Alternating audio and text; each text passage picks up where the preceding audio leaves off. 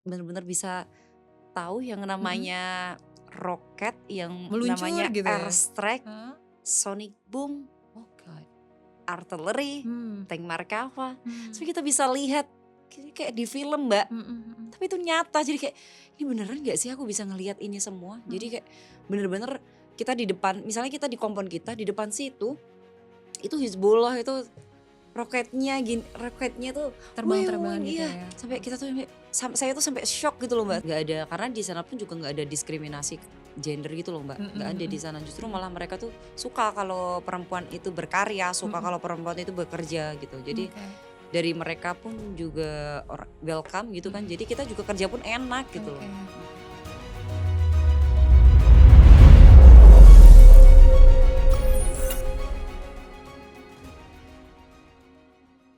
Selamat datang di Defense Talk, suara strategis pertahanan Indonesia. Bersama saya, Yuli Ari. Ketika berbicara tentang misi perdamaian Perserikatan Bangsa-Bangsa, sebagian besar masyarakat mungkin membayangkan prajurit yang berpatroli di wilayah konflik, mengamankan garis demarkasi, atau menjalankan operasi kemanusiaan di lapangan. Namun dalam operasi perdamaian modern, keberhasilan sebuah misi tidak hanya ditentukan oleh kekuatan pasukan. Di balik setiap operasi terdapat proses komunikasi yang terukur, penyampaian informasi yang akurat, serta kemampuan membangun kepercayaan antara misi PBB, masyarakat lokal, media, dan komunitas internasional. Disinilah peran seorang Public Information Officers menjadi sangat penting. Posisi ini bukan sekedar berbicara kepada media, tetapi menjadi bagian dari komunikasi strategis sebuah misi perdamaian internasional. Hari ini kita akan membahas pengalaman tersebut bersama seorang perwira TNI Angkatan Laut yang mencatatkan sejarah sebagai perwira kawal yang dipercaya menjadi satu-satunya Public Information Officer wanita di United Nations Interim Force in Lebanon atau UNIFIL pada periode penugasannya. Melalui penugasan tersebut, beliau tidak hanya membawa nama TNI Angkatan Laut, tetapi juga menjadi representasi Indonesia dalam membangun narasi perdamaian di salah satu kawasan paling kompleks di dunia. Telah hadir bersama kita Letu Laut Uli Rahmatul Lailia. Selamat datang di Defense Talk. Kabar baik? Baik, Mbak, Oke, kita baru ketemu lagi nih setelah beberapa bulan sebelumnya. sekitar 6 bulan yang lalu ya, Mbak, Iya, ya? 6 bulan yang lalu akhirnya kita ketemu lagi dan Iya, alhamdulillah sehat. Dengar-dengar baru dapat 2 prestasi, dalam artian yang satu baru selesai sekolah, betul? iya betul, Di Kodik Latal? betul. Berapa lama waktu itu sekolahnya, Mbak? 3 bulan, Mbak. 3 bulan Iya, dan baru selesai bulan bulan Mei. bulan Mei, Iya, berarti baru bulan lalu ya? baru bulan lalu Baru balik banget, dari baru Surabaya? balik dari Udah langsung Surabaya. berkegiatan lagi? Langsung Langsung dong. kegiatan lagi. Iya, Dengar-dengar baru selesai ikut maraton? iya, iya, Yang kemarin di Jakarta? iya, Jakim, Berapa lama, durasinya kemarin? 5 jam, 5 5 jam? jam 19 menit, Oke, oke, 5 jam 19 menit. Kenapa 42 ikut kilo. maraton? Suka, Suka? iya, Suka aja? suka aja. Berarti selain, event yang kemarin sebelumnya juga sering beberapa kali ikut? Sering, kebetulan kemarin maraton saya yang ketiga, Mbak. Jadi Oke, kalau di lari itu ada kategorinya tertentu, Mbak, ada mhm, 5 kilo, 10 mhm, kilo, ada FM, mhm, ada HM. Kalau HM itu half marathon, kalau mhm. FM full marathon. Oke, Iya, berarti yang kemarin 42 kilo ada yang full maratonnya. iya yang FM. Berarti so far pencapaian tertinggi sebagai maratoner, betul? Iya bener, Oke, nanti kita tunggu kabar lagi iya. untuk maraton-maraton yang lainnya. Aku pengen cobain trail sih, Mbak, Mhm. pengen Siksorogo. Wow, bisa jelasin Iya, nggak untuk kami semua itu apa? trail run. Jadi Heeh, kalau trail run itu kita mhm. lari tapi di gunung. Oke, Iya, mirip-mirip ya kayak mirip-mirip. pelatihan militer gitu? Iya, bedanya kita harus pakai pack tapi sama aja sih, Sama sama aja. aja. Kita tunggu kabar baiknya, nanti kalau misalnya ternyata ikut kabari-kabari. Amin. Oke ya, sip. Doain finish ya, Mbak, Iya, karena pasti itu susah banget, didoakan. kita harus Oke, latihan. sip. Ya, Mbak Uli, seperti yang tadi saya sudah sampaikan di depan, kita akan membahas tentang bagaimana pengalaman Mbak Uli sebagai anggota militer, khususnya ketika bertugas iya. di misi perdamaian PBB UNIFIL ya. Tapi sebelum itu penasaran nih, mengawali karir militer tuh bagaimana sih? Sudah jadi cita-cita atau justru sesuatu yang tidak terduga? Tidak terduga. Kenapa? Karena Mhm, ini kita cerita ya, Mbak, mhm flashback mhm dulu. mhm. Jadi saya itu, selesai kuliah. Saya itu dulu tuh kuliah sambil kerja, Mbak, sebagai Mhm, event organizer gitu kan. Jadi mhm. kuliah sambil kerja, sambil just tip juga, Mbak. Jadi saya tuh dulu sebagai just tipper juga untuk Ah, menambah income saya kan. Nah, mhm, setelah itu apa itu, di grup grup kuliah saya itu tuh mhm, kok ada pendaftaran PAPK, "Apa nih PAPK?" Gitu mhm kan. Nah terus, oh Aku lihat, oh tentara, emang bisa S1 jadi tentara Mhm gitu? Oh mhm. ternyata bisa gitu kan. Nah, aku lihat Mbak ada jurusanku apa enggak. Nah, setelah aku lihat, oh ternyata ada di jurusanku. Mhm. Karena aku jurusan S1 Sistem Informasi kan Mbak. Ya Mhm. udah, aku daftar tuh Mbak, sama orang tuaku bilang kayak gini, "Kamu ngapain Dek daftar daftar tentara? Mhm. Pasti kamu nggak mungkin, pasti yang jadi tentara tuh pasti udah orang-orang tertentu gitu Mhm. kan. Kamu kan basic juga bukan anaknya seorang tentara gitu kan. Mmm. Ngapain daftar daftar kayak gitu, udah nggak usah daftar gitu kan. Aku daftar Mbak, langsung buat shoot, langsung keterima. Orang tuaku langsung shock dong, Heeh. maksudnya, "Hah kamu keterima?" Gitu kan. Heeh. Terus alhamdulillah lah itu Mhm udah mhm. rezeki saya. Mhm. Saya daftar PAPK itu tahun 2018, Mhm. saya selesai tahun 2019, habis itu saya ke Surabaya, selesai di Surabaya, Mhm. saya pendidikan tentang keangkatan lautan. Setelah itu saya, tahun 2020 mengawali karir saya Mbak, mengawali karir saya karena saya sarjana sistem informasi, saya Oke. bukan sarjana komunikasi. Heeh. Jadi waktu itu saya bekerja di Diskomlek Koarmada 1, Mhm. yang dulu masih di Jakarta, belum di Tanjung Pinang, Mhm. Koarmada 1 Mbak. Mhm. Nah setelah di Koarmada 1 itu saya cuman 3 bulan di Koarmada 1, saya Mhm. pindah ke Dinas Penerangan Ak TNI Angkatan oke. Laut. Itu di Jadi tahun? tahun 2020, 2020, 20 pas Covid? pas Covid Oh, banget aku oke masuk oke. sebelum Covid malah, sebelum Heeh Covid heeh. aku masuk Dispenal. Mhm.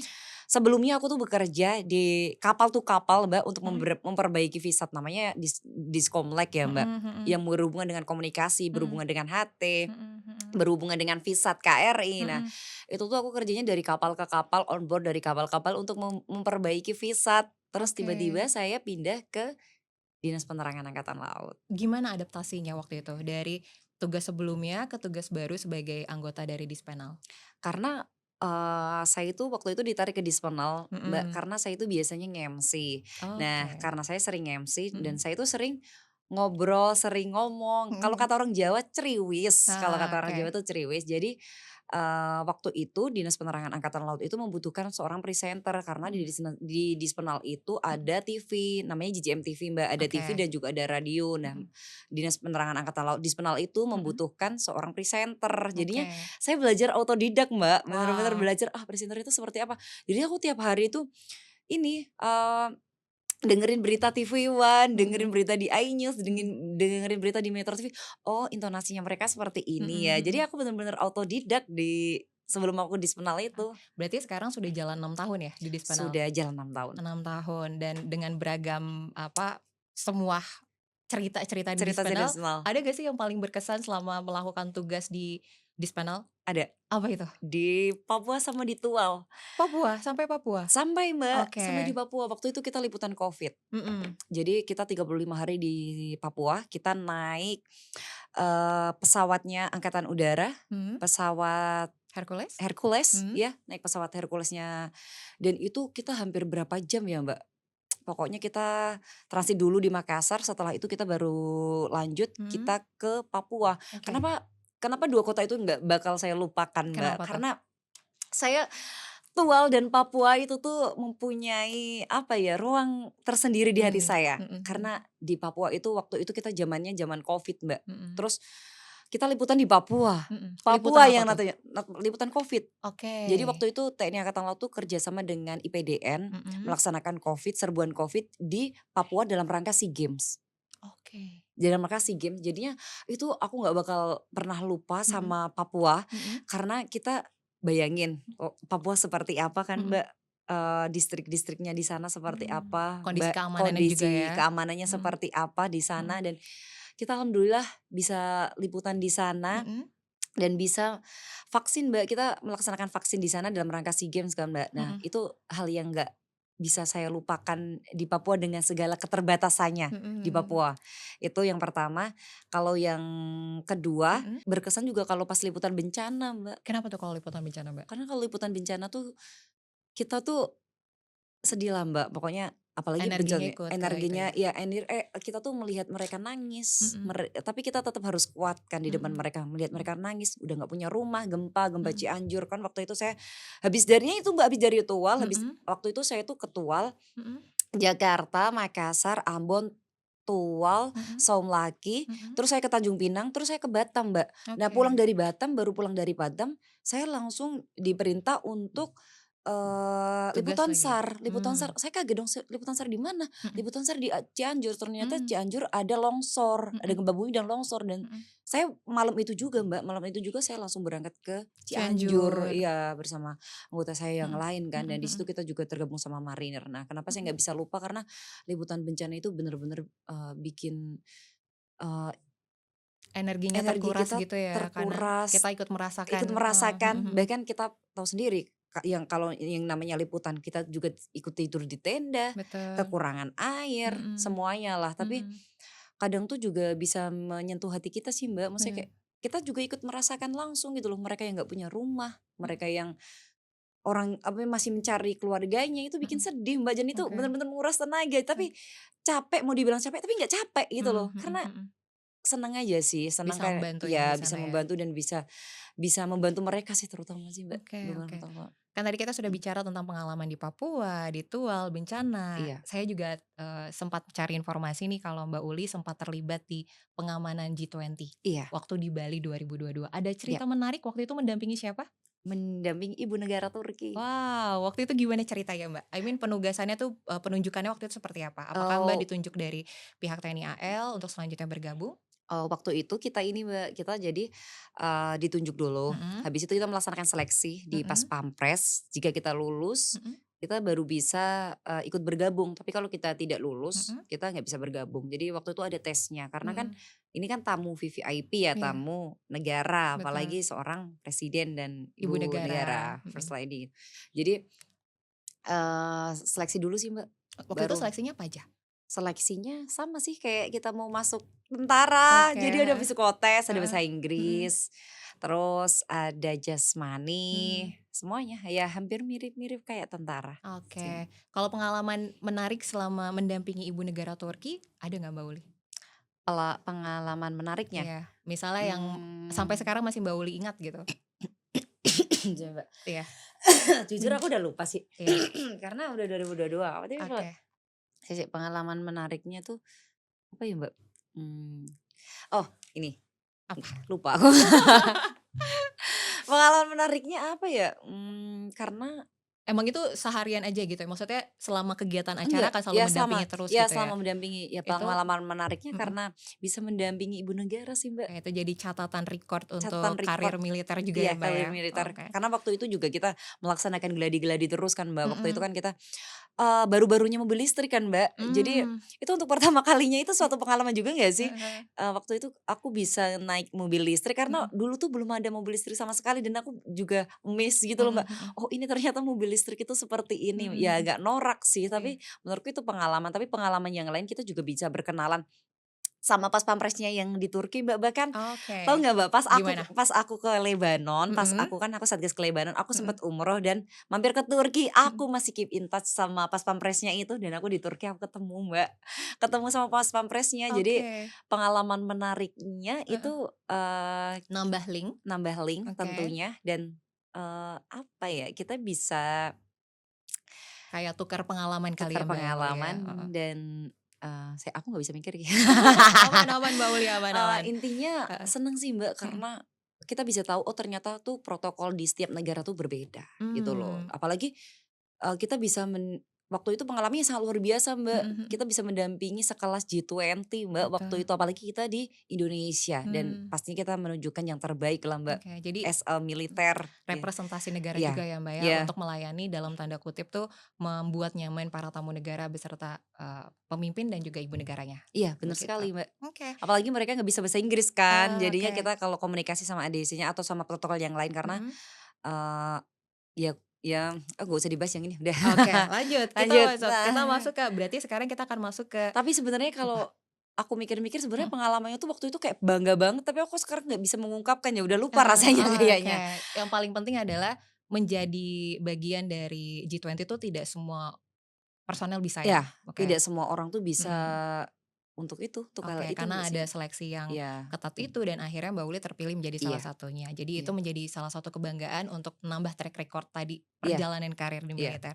bener, Kalau gitu kita langsung bergeser lagi berbicara tentang karir militer Mbak Uli di iya, misi perdamaian PBB. Cerita dong Mbak, kenapa awalnya bisa menjadi bagian dari pasukan perdamaian PBB? iya. Awalnya nih Mbak, awalnya? awal pendaftaran atau gimana nih? Boleh awal Oke. pendaftaran atau misalnya awal penunjukan dari, Oh TNI ya, AL kah atau seperti oke. apa?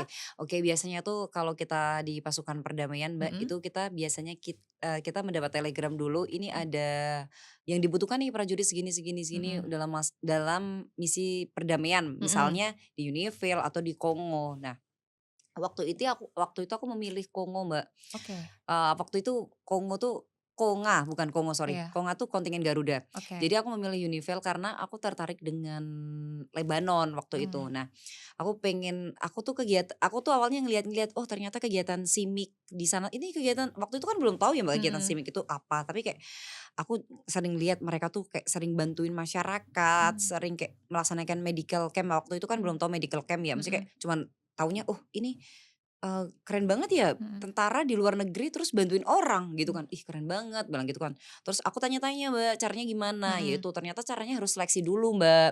Jadi oke, pertama kita harus seleksi di tingkat TNI Angkatan Laut, mhm, setelah seleksi di tingkat TNI Angkatan Laut dinyatakan lulus, kita baru bisa seleksi lagi di pusat, di PMPP TNI. mhm, Nah yang setelah disentul? yang di Sentul, nah Mhm, setelah kita melaksanakan seleksi di PMPP TNI itu kita baru dinyatakan lulus, Mbak. mhm, mhm, Baru dinyatakan lulus nanti biasanya tuh di Telegram itu sudah dijelaskan yang mhm, dibutuhkan tuh apa. mhm, Misalnya PAPEN, Perwira Penerangan, mmm, yang namanya Public Information Officer gitu. oke, Jadi, ternyata ada PAPENnya nih, ya mhm, udah Mbak aku minat. mhm, Berawal dari aku sering ngelihat, tentara Indonesia yang membantu masyarakat di Lebanon dan mhm, saya sangat tertarik dengan masalah hal-hal seperti itu. bakti sosial ya kalau Iya di bakti sini ya Kak, sosial heeh, kali itu dan, oh yaudah sih mhm, ini akhirnya aku daftar mhm, daftar ke Angkatan Laut keterima, mhm, daftar ke PPPTNI keterima dan ya udah akhirnya berangkat. Nah sebelum berangkat itu kita melaksanakan Women Peacekeeper Training dulu Mbak, di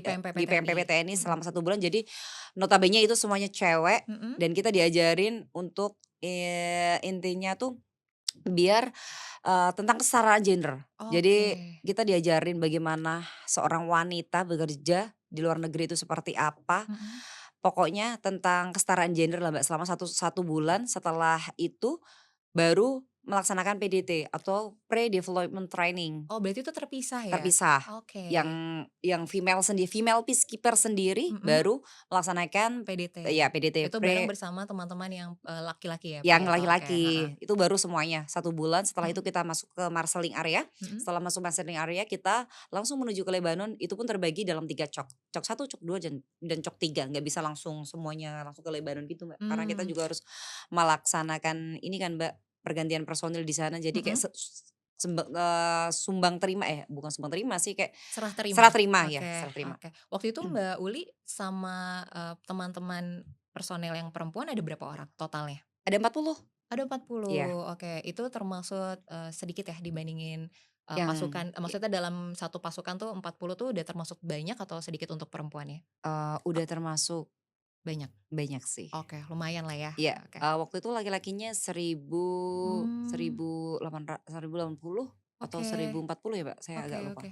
Nah, gimana tanggapan keluarga, Mbak, pertama kali mereka tahu bahwa Mbak akhirnya harus bertugas ke wilayah konflik? Kita harus sampaikan itu wilayah konflik ya, karena Iya, Lebanon kan masih dalam, catatan wilayah konflik. Respon keluarga seperti apa? Setelah tadi mau jadi anggota militer kan dibilang kayak, "Kenapa harus jadi anggota militer? Terus sekarang iya. harus bergeser ke wilayah konflik." Gimana, Mbak, respon keluarga? Waktu itu ibu saya waktu itu kan eskalasi di Lebanon belum begitu meningkat, Mbak. Pas saya Mhm, waktu berangkat itu Lebanon itu masih benar-benar kayak belum eskalasinya tuh belum se-ekstrim pas waktu saya udah sampai di sana. Jadi ibu mhm, saya itu masih kayak, ya mhm, udah hati-hati," maksudnya mhm, hati-hati, pokoknya jangan lupa berdoa. Ibu saya mhm, selalu mengingatkan saya untuk selalu berdoa kan, Mbak. mhm, Jadi mhm, awalnya sedih terutama ibu mhm. saya, bapak saya, awalnya, "Hati-hati hati-hati hati-hati Mhm. Nduk," karena nama saya kan orang Jawa ya Iya, Mbak, jadi, Indo "Hati-hati ya gitu ya? Nduk," Heeh. bilang gitu kan. "Iya aman, Mhm. aman kok aman," Mhm, kayak mhm, gitu. mhm. Ternyata sampai di sana eskalasi itu meningkat Mbak. Apa yang terjadi Mbak di sana?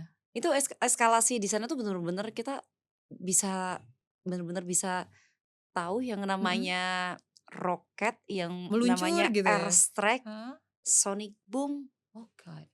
artileri, Mmm, tank Markava, mmm. terus kita bisa lihat kayak di film, Mbak. Mhm, mhm, Tapi itu nyata, jadi kayak, "Ini beneran nggak sih aku bisa ngelihat ini semua?" Jadi mhm. kayak bener-bener kita di depan misalnya kita di kompon kita, di depan situ, itu Hizbullah itu roketnya tuh Terbang-terbangan gitu iya, ya? sampai kita tuh saya tuh sampai shock gitu loh Mbak, Mhm, baru ketika kita ada, Ambon-Ambon, ada pengumuman Indobat mhm. level 3 Indobat level 3 baru masuk ke Itu tandanya apa? Indobat level Indobat 3? level 3 itu harus masuk shelter.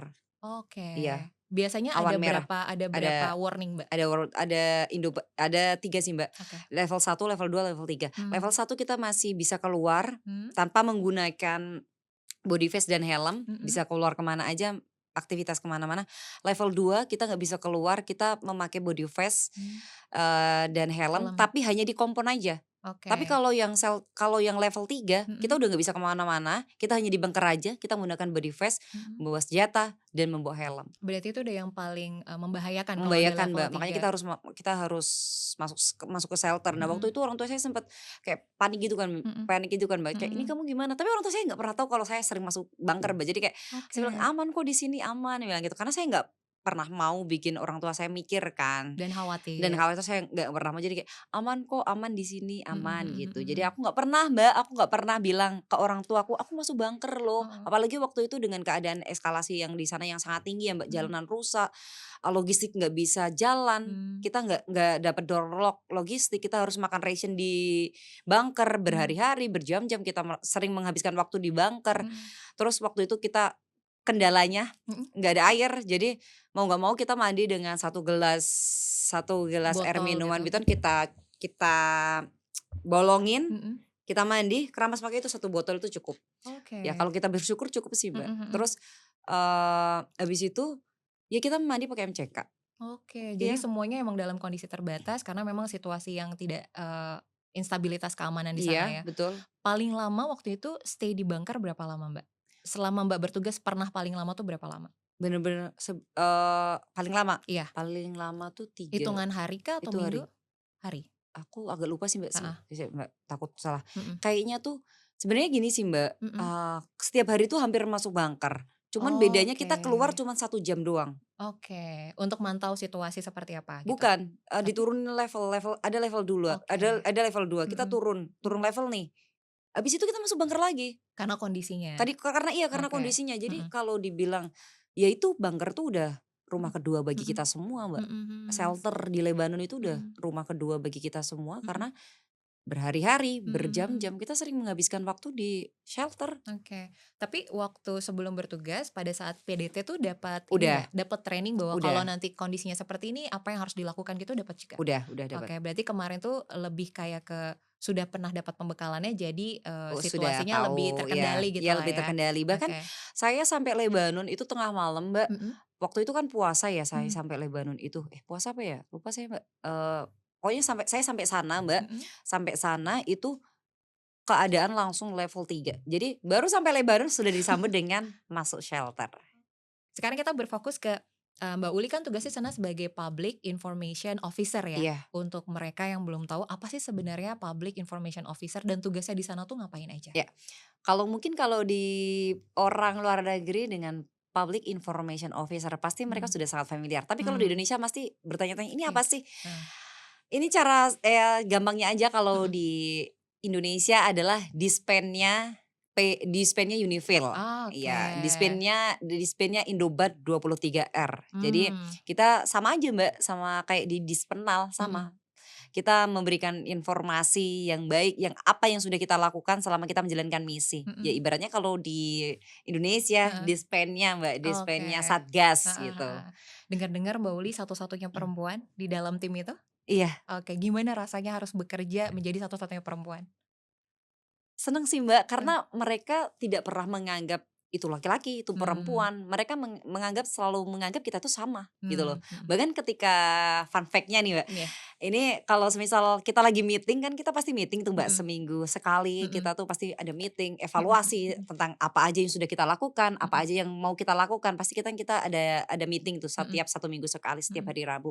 Setiap hari Rabu itu mereka pasti bilang, kan pasti nyapa-nyapa nih mhm, satu-satu satu-satu, pasti mereka nyapa, "Ini nih Uli, the one and only," tapi mereka pakai bahasa Inggris ya, iya, Mbak, "The one heeh, and only yang paling cantik di sini," karena mhm, dia cewek satu-satunya, iya, tapi meskipun cewek satu-satunya dia selalu ceria ya, mmm, dan mhm, mereka selalu bilang seperti itu. Jadinya saya juga nyaman sih sama bekerja dengan mereka karena mhm, mereka mhm, kan orangnya juga on time, mhm, tepat waktu, jarang ada sesuatu yang bisa dinegosiasikan kalau udah ini, ya ini Kalau gitu. udah AA gitu Iya ya, iya. heeh. Jadi kita ngikutin ritmenya mereka Mhm Mbak, mhm. ngikutin ritmenya mereka banget. Jadi Oke. happy sih karena mereka juga selalu menganggap aku bukan seorang perempuan, Mhm ya mhm. biasa aja gitu. Jadi kayak Setara lah ya, setara. mhm, Jadi oke. kayak karena mereka menganggap kayak gitu, Mhm. jadi aku juga enjoy aja. Nyaman ya Nyaman bekerjanya, nyaman. oke.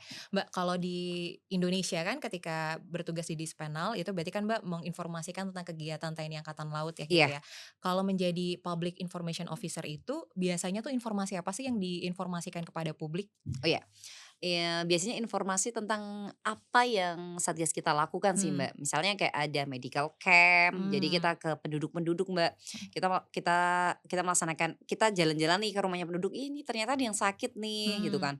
Ya udah nanti kita obatin. Terus kita juga ada ini ngasih bantuan air ke mmm, warga ini gitu kan. Nanti juga ada biasanya, Mbak, kalau semisal ada yang orang sakit bisa nih datang ke UNP 71 untuk mmm, melaksanakan berobat. Biasanya kalau ada yang mungkin ada yang luka atau ada yang apa, biasanya kompon kita tuh 24 jam sih, Mbak, kalau semisal ada warga yang sakit sih, oke. Mbak, iya. Berarti Terus Mbak Uli ya, dan tim itu melekat dengan kontingen gitu ya? I mean maksudnya ketika mereka berpatroli Mbak juga ikut juga gitu? sometimes Sometimes? kalau patroli sometimes, Mbak, tapi kalau kegiatan kayak engagement peloton, kayak Mhm kayak simik mhm, gitu, kita ikut sih, Mbak, karena kita oke. kayak sudah ada jadwalnya sendiri. Mhm, Kalau patroli selalu ikut, maksudnya yang cowok ini, Mbak, iya, karena udah ada jadwalnya. Tapi kalau semisal kita ada request khusus nih dari mereka, mereka kan biasanya mereka email ya, Mbak, email mhm saya, kalau nggak telepon, mhm, "Uli besok, ada wartawan dari internasional nih mmm, mau datang, mau ke Angel of Blue Land. Jadi mau datang ke perbatasan antara Israel dan juga Lebanon. Jadi kompon kompon saya dulu ini, Mbak, mhm, kompon saya itu bener-bener perbatasan antara Israel dan Lebanon, bener-bener di pinggiran banget.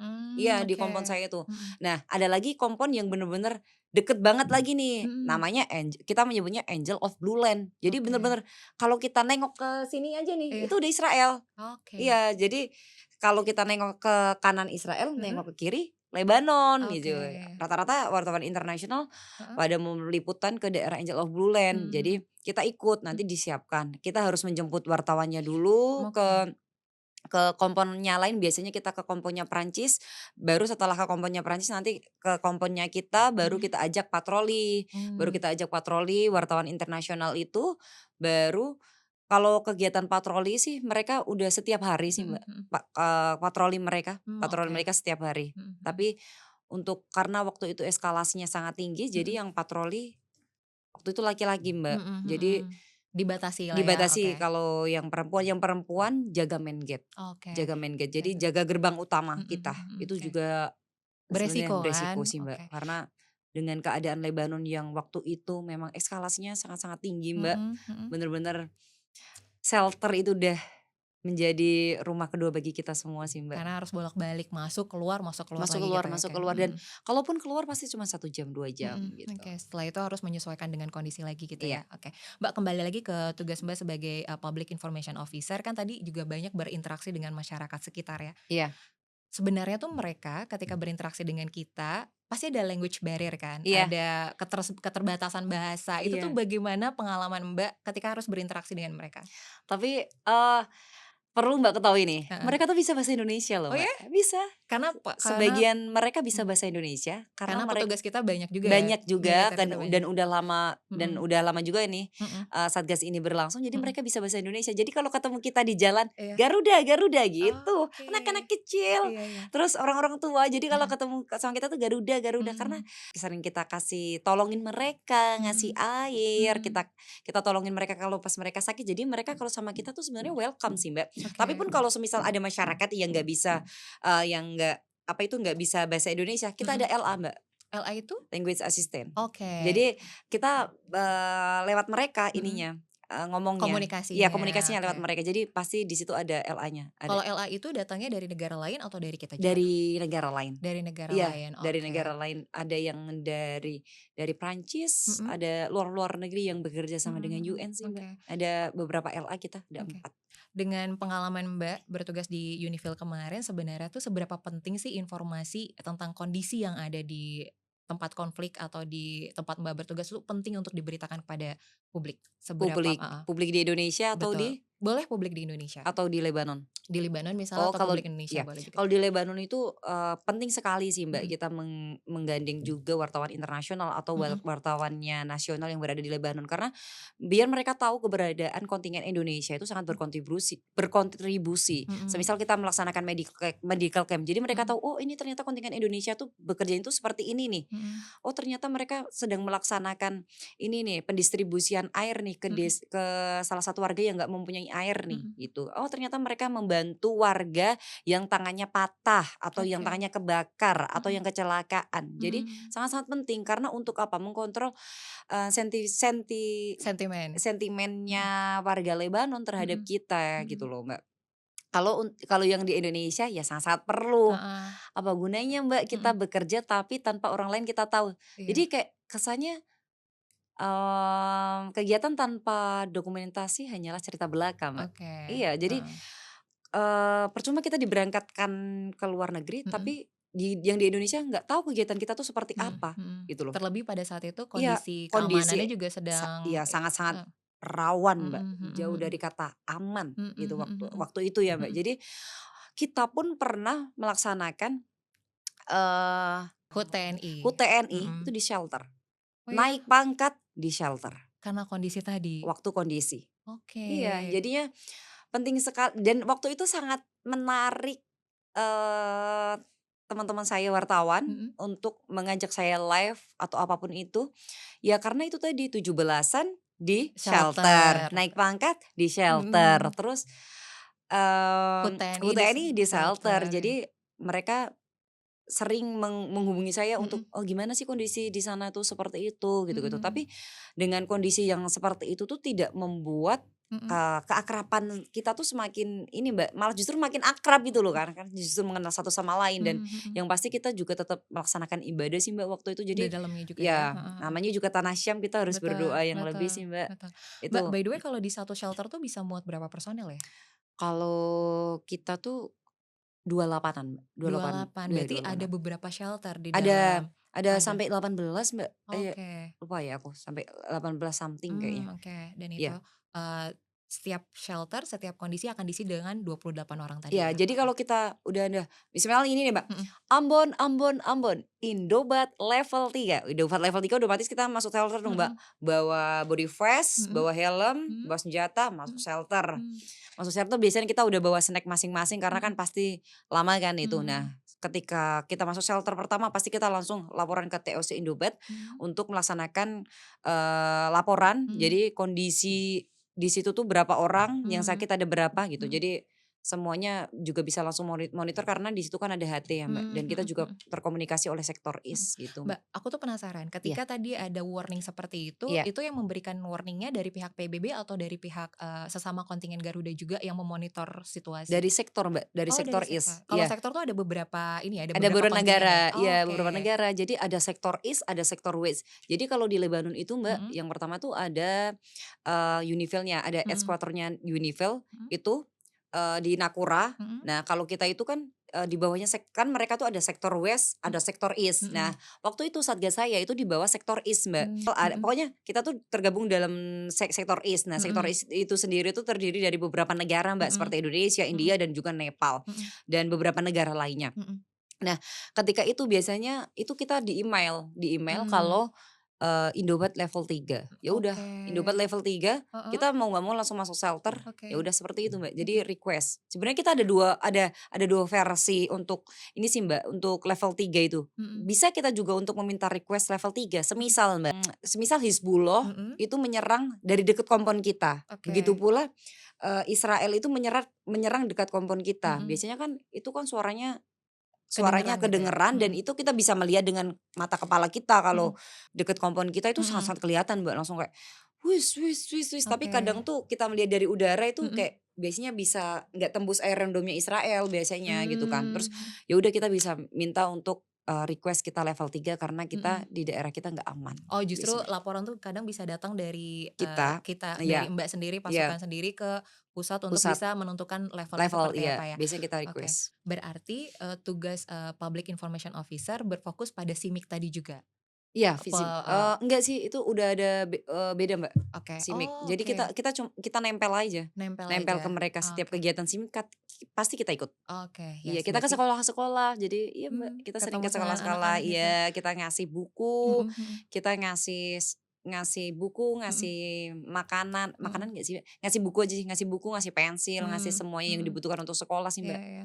Berarti sentimen positifnya sudah terbangun juga ya, Terbangun sih, Mbak. sama antara, personil kita tuh sebutnya, ini ya, kontingen Garuda ya? Iya, kontingen Kontingen Garuda. Garuda dengan masyarakat, Iya lokal di situ ya. iya Mbak, kalau berbicara tentang perempuan dan iya. misi perdamaian khususnya di daerah konflik, apa sih sebenarnya tantangan yang pernah Mbak hadapi pada saat bertugas sebagai bagian dari kontingen Garuda?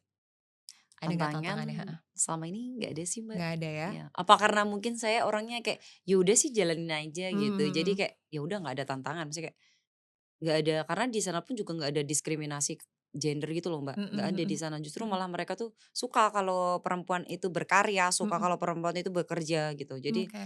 dari mereka pun juga welcome gitu kan. Mhm. Jadi kita juga kerja pun enak gitu loh. Oke. Enggak. Oke, mungkin juga karena memang udah ada pembekalan sebelumnya, Iya, terus jadi Mbak udah terlatih juga ya udah ketika terlatih. bertugas di situ ya, oke. Selama bertugas di Lebanon, momen paling berkesan tuh apa? Masuk shelter sih. Masuk shelter Iya, tadi itu masuk shelter berkesan. tadi, sampai Itu sekarang nggak bisa sampai iya, dilupakan? aku nggak akan pernah bisa lupa masuk Oke. shelter dan aku mandi pakai air Mmm, segini aja. oke. Aku tidak akan melupakan itu, Mbak, Mhm karena mhm. itu apa ya, kita harus banyak-banyak bersyukur sih, Mbak. Ternyata tuh Mmm, air segini, itu mhm. tuh juga bisa dipakai buat mandi gitu loh. Oke Iya, dan, oke. eee, kita masuk shelter setiap hari, Mhm. itu tuh nggak akan bisa lupa sih, Mbak, aku. Berarti di poin itulah Mbak akhirnya bersyukur bahwa, oh ternyata perdamaian itu sesuatu yang nikmat gitu ya, sesuatu yang indah Iya, gitu. bener sekali. Heeh, Mhm, oke. Mbak, kalau misalnya, berbicara lagi tentang perdamaian, misi perdamaian, tugas tadi kan Mbak sampaikan bahwa Mbak juga bertugas dengan negara-negara lain ya. iya. Pernah ada interaksi atau kalaupun dalam konteks interaksi itu biasanya seperti apa? Sebagai bagian dari public information officer misalnya? Oh iya Mbak, mereka kan sering nih, Heeh, datang ke komponnya kontingen Indonesia, Garuda. mhm. Mereka seneng banget Mbak, Kenapa tuh senangnya? karena kita tuh kalau namanya orang Indonesia ya, Heeh, namanya orang Indonesia kalau ada tamu datang pasti ngejamunya itu kan super makanan super Indonesia banget, ada makanan gitu ya? Indonesia, budaya Indonesia. Pasti Mhm, kalau kita ada tamu datang, mhm, ada, komandan datang mhm, atau siapapun yang datang, mhm, bahkan mereka tuh seneng banget karena mhm. kita datang, kita suguhin dengan tarian. Kita Mmm, datang lagi kita suguhin dengan drum band, mhm kita mhm. datang mereka datang kita suguhin dengan tarian, Mmm, dengan alat musik Indonesia. Jadi mereka mhm, tuh seneng, apalagi mmm, ke makanan Indonesia dan budaya, mereka mhm, seneng banget, Mbak. mhm mhm, Mereka sering banget datang ke Indonesia bahkan, karena ya itu, mereka disuguhi dengan budayanya, mhm, disuguhi dengan makanannya, mereka mhm, makan, kita masak masak soto, kita mhm. perkenalkan, Mbak, makanan-makanan Indonesia dan budaya-budaya Indonesia. Jadi mereka tuh kalau datang tuh pasti seneng banget dan pengen datang lagi gitu Oh, loh. pengen Iya. kembali Iya lagi, pengen heeh. pengen pengen kembali lagi Heeh heeh, saking saking sukanya sama orang Indonesia yang sangat-sangat ramah mhm. dan kita perkenalkan budaya Indonesia itu Mbak melalui setiap kunjungan mereka datang, kita WTNI Oh nari, ya? terus yang Termasuk Mbak Uli juga? aku enggak sih, Oh. terus prajurit laki-lakinya Heeh, drum band mmm, gitu-gitu, gitar, heeh heeh, kita suguhin nyanyi-nyanyi lagu Indonesia mhm, dan yang prajurit-prajurit cewek cowoknya juga masak, masak mmm, soto, masak mhm, rawon, mhm. masak bakwan. Oke Nah, kita oke, terkenal banget heeh, dengan bakwan, Mbak, oke, karena heeh. di sana kan nggak ada tempe. Mhm. Jadi kita buat sendiri, kadang buat sendiri. Oh ya? Jadi kita suguhin tuh gorengan, Oke soto, jadi oke. mereka seneng sate Oh gitu. berarti Iya, nilai ramah Indonesia tuh dibawa sampai sampai Lebanon. oke, Iya, dan bahkan itu wartawan pun heeh seneng banget heeh kalau udah email saya nih, heeh "Aku pengen datang lagi ke heeh, komponenmu, aku mau mhm meliput, engagement platoon ya, aku mau meliput medical camp-nya." mhm, "Oke," gitu kan. mhm Jadi mhm. jadi aku sampai sekarang ini Mbak, masih Mhm, keep in touch sama mereka-mereka nih, oke, wartawan-wartawan internasional mhm ini. mhm, Karena mereka masih mungkin membekas kali ya, iya iya, jadi, membekas di hati mereka karena disuguhin sama gorengan gitu. Jadi jadi heeh, aku selalu bilang, "This is traditional food from Indonesia." Ya, mhm "Apa ini namanya?" Gitu kan. "Ini gorengan." mhm Aku jelasin ini bakwan mhm gitu. Aku jelasin, "Ini soto, ini makanan khas mhm Indonesia mhm loh. mhm Kita masak mhm, rendang gitu, masak empek-empek." Jadi mereka bahkan sampai empek-empek juga? sampai empek-empek. Iya, mereka Oke, seneng banget, Mbak. oh, Bener bener bener. Seneng, saking senengnya tuh datang lagi, Ah, terus datang datang lagi. Iya lagi gitu. iya Tapi iya. gantian, kita Heeh. juga nanti, datang ke India, Mhm. datang ke Nepal, Disuguhi juga dengan makanan-makanan makanan khas, tradisional. iya, makanan Oke. khasnya Mhm mereka, mhm. iya. Kalau Sama kita sempet pakai, eee, baju tradisional khas Nepal, sari sari sari, kayak di oke, India, sari India, kita heeh pakai heeh sari. heeh heeh. Kalau di sini mungkin kebaya kali ya? Iya iya. Iya. Kalau berbagi kepada, apa, kepada warga lokal, pernah nggak yang juga membagikan makanan tradisional Indonesia misalnya, atau hal-hal yang related dengan Indonesia? Oh, pernah, Mbak. Pernah apa? Waktu itu kan kita tuh sering, Mbak, ke sekolah-sekolahan, kalau Mhm. enggak kita ke ini, ke kelurahan. Mmm. Kalau waktu bahasanya apa ya, agak sedikit lupa sih, Mbak, aku. Kelurahan. Distrik kah? Bukan Bukan? bukan bukan.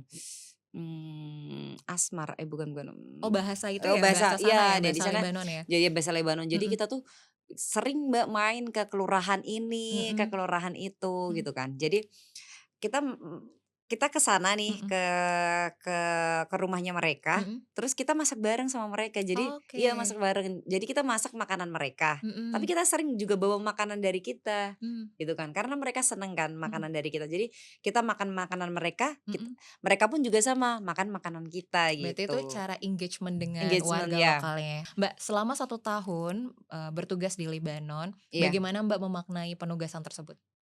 14 bulan di sana. 14 bulan di sana. Tugas empat 14 belas bulan di bulan, heeh. Lebanon itu semuanya tentang pengorbanan sih, Mbak. Bisa dijelaskan lagi nggak, kenapa harus pengorbanan kalau misalnya Mbak bisa memaknai itu? Kalau dijelasin, Heeh, semuanya pokoknya tentang pengorbanan, Mbak, karena iya. Pengorbanan tuh maksudnya kayak Mbak harus meninggalkan tanah air, bertugas di negara konflik kah? Atau ketika harus berkorban, dalam kondisi tertentu misalnya?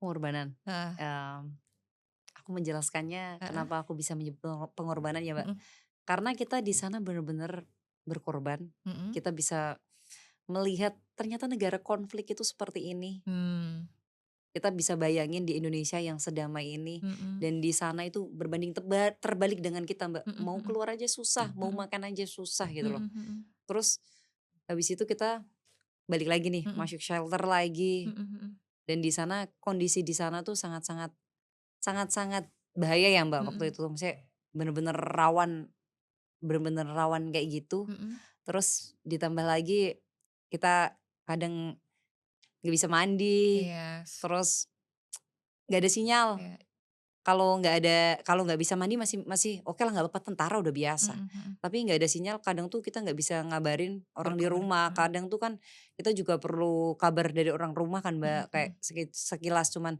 "Oh, orang tua sehat nih," mhm kayak gitu mhm kan. mhm, Meskipun kita nggak mengabarkan, "Oh, kalau kita di sini masuk shelter mhm terus," gitu mhm gitu. mhm, Nah, waktu itu bener-bener karena, tower itu hancur, di sana semuanya itu hancur, jadi nggak ada sinyal, Mbak. Jadi sempet beberapa waktu itu kita nggak ada sinyal, mhm ada lagi nih, ada mhm, sinyal lagi, terus kayak merasa, "Oh, ya udah ada sinyal lagi." Jadi kita bisa ngabarin orang tua mmm, gitu. mhm Waktu itu bener-bener yang bisa bikin kita, bersyukur banget itu tuh mhm, ketika kita masuk shelter, dan kalau kita keluar itu tuh bener-bener bahaya banget sih, Mbak, dan oke. kita bisa bersyukur di negara Indonesia Mbak, saat itu berarti sih. waktu itu ketika, tensinya meningkat, kan tadi Mbak sempat sebutin ada tower yang, Iya runtuh segala macam, itu iya berarti terkena dampak dari serangan iya, kedua negara tadi, eskalasi, iya eskalasi tadi ya? iya, Mbak. Jadi Oke, di sana tuh kalau kita keluar, Mbak, rumah mhm, tuh udah hancur, oke udah rata, Mbak, udah. oke, Kalau mhm kita keluar itu mhm kayak sedih gitu loh, sedihnya mhm tuh orang banyak, kita sering melihat mereka terluka, mhm mhm terus rumah tuh udah hancur semua. mhm mhm, Bayangin kalau kita di Indonesia kayak gitu, Mbak. iya jangan sampai lah Jangan ya, heeh sampai, heeh, maksudnya jangan sampai di Indonesia, pokoknya kita tuh harus bersyukur banget di Indonesia tuh alhamdulillah mhm masih aman banget. mhm Coba mhm kalau kita di sana, kita tuh mhm, bener-bener keluar kompon itu rumah tuh udah hancur semua. oke, ya, Apalagi karena kan memang, di komponnya kita tuh memang perbatasan antara Israel dan Lebanon, bener-bener perbatasan Angel of Blue Line itu, di Mbak. depan Di mata depan langsung mata. 2 pihak yang berkonflik itu Iya, ya, Mbak, ya, oke. bener, Mbak.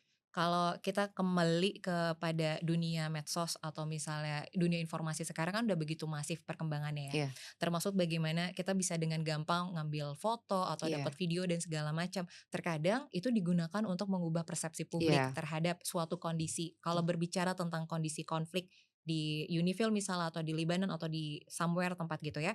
Bagaimana akhirnya Mbak sebagai dulu bagian dari Public Information Officer itu melihat peran public information officer bisa meluruskan informasi itu tuh seperti apa? oh. Kadang ini sih Mbak, kadang aku tuh juga sering, scrolling TikTok, terus Mhm. mikir, sering mereka ada yang buat video kayak gini, "Loh ini sebenarnya nggak kayak gini," gitu Oke. loh. Kan waktu itu tuh kayak ada yang sering, salah paham gitu loh Mbak, Mhm maksudnya mhm. salah paham. Kalau aku sih orangnya berani sih Mbak, maksudnya kayak Mmm. kebetulan zaman Satgas saya tuh nggak seperti ini bla bla bla bla, biasanya saya Oh, DM sih Mbak, maksudnya kayak iya, saya klarifikasilah ya? klarifikasi, Mhm mhm. ya. Terus waktu itu juga ada sebentar, waktu itu ada salah salah salah narasi atau salah Mhm. apa ya. Mhm. Jadi kadang tuh, waktu itu kan, pemberitaan di Satgas saya lumayan ya, Mbak. Jadi Mmm. pas waktu HUT TNI, Mhm. itu kan kita foto di dalam shelter dan foto itu tersebar kemana mana. Jadi pas Mmm. waktu ada prajurit yang apa gitu make foto saya make foto saya yang ini, ya Mhm. saya langsung konfirmasi, "Loh ini bukan berita ini, karena Mmm. ini waktu Satgas saya," Mmm. gitu. Oke Saya langsung biasanya langsung konfirmasi ke orangnya, "Mbak, tolong untuk foto ini dihapus." oke. Iya, karena kalau informasinya itu nggak tepat Mhm. dan nggak akurat, Mhm mhm. ya pasti saya luruskan, Mbak, gitu Oke loh. oke. Berarti kalau saya bisa simpulkan tugas Public Information Officer itu bisa juga mengkonfirmasi, mengklarifikasi, Iya ataupun memperbaiki narasi yang sebenarnya tidak seperti itu gitu iya, ya? bener, Mbak. Oke, sip, Iya ya. Oke Mbak, sekarang ke pertanyaan terakhir. iya. Mbak sudah bertugas di dalam negeri, sudah bertugas di luar negeri, ada nggak sih hal yang ingin Mbak lakukan di beberapa tahun ke depan? Atau yang sesuatu yang menjadi target yang ingin dicapai misalnya baik itu untuk karir militer misalnya atau mungkin untuk pengalaman-pengalaman tadi berlari, ikut maraton dan yang lainnya? Oh iya. Heeh, yang ingin dicapai dalam kurun Sebenarnya waktu banyak banget beberapa yang pengen saya capai, Mbak, tapi, yang paling ingin dicapai karena misalnya? ya tahun depan. Yes, apa itu? Pastilah pengen maraton lagi, kalau Maraton bisa lagi? pengen ultra. Oh, Iya akhir tahun tadi ya? iya, sebenarnya Oke. dulu tuh aku pengen, apa itu, aku jujur, dulu aku ngincernya Berlin Berlin Marathon, Ah, ke tapi nggak Jerman kesampaian. Jerman, Jadi heeh. kalau bermimpi aku akan terus berlari sih, Mbak. Ah, good, Mimpi saya akan tetap terus berlari, eee, jangan berhenti untuk olahraga. Jadi aku pengen maraton lagi, mhm, pengen ultra, mhm. pengen kalau bisa Ironman deh. Amin amin amin Amin, amin amin itulah amin. Mbak pokoknya. Amin. Kita Pokoknya doakan agar target Mbak Uli dalam waktu dekat nih mulai dari ultramaraton tadi ya Mbak ya, iya, sama menjadi petugas haji untuk Aji. bisa memberikan informasi kepada publik tentang TNI AL dan juga hajinya bisa terrealisasi. Amin. Amin amin ya Amin rabbal amin alamin. robbal Mbak Uli alamin. terima kasih banyak ya, sudah berbagi banyak hal ke kami, Iya, bagaimana Mbak. pengalamannya, bagaimana karir militernya, sukses terus untuk Mbak Uli. Amin, Mbak. Amin amin ya rabbal Amin amin ya alamin. robbal alamin. Siap, sampai jumpa lagi Mbak Uli, Terima sukses kasih, selalu. Terima Mbak. Makasih, kasih. Mbak. Dari diskusi hari ini, kita belajar bahwa menjaga perdamaian bukan hanya tentang kehadiran pasukan di lapangan, tetapi juga tentang membangun kepercayaan melalui komunikasi yang akurat, terbuka, dan bertanggung jawab. Pengalaman Letu Laut Uli Rahmatullah Lailia menunjukkan bahwa kontribusi Indonesia dalam misi perdamaian Perserikatan Bangsa-Bangsa hadir dalam berbagai bentuk, tidak hanya melalui profesionalisme prajurit di lapangan, tetapi juga melalui kemampuan membangun komunikasi strategis yang menjadi bagian penting dalam menjaga stabilitas kawasan. Demikian episode kali ini, saya Yuli Ari pamit. Defense Talk akan terus menghadirkan diskusi mendalam tentang pertahanan dan teknologi. Jangan lupa subscribe, share, dan ikuti episode-episode berikutnya. Defense Talk, suara strategis pertahanan Indonesia.